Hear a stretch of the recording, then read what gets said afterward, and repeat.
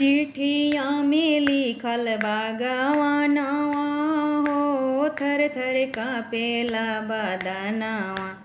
चिट्ठिया में लिखल बागवानवा हो, थर थर कापेला बदनवा।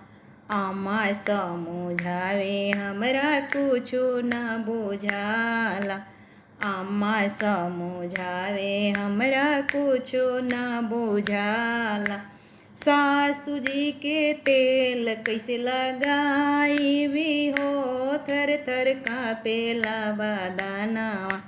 सासू जी के गोड़वा कैसे मीसबी हो, थर थर कापेला बदनवा। चिट्ठिया में लिखल बागवानवा हो, थर थर कापेला बदनवा।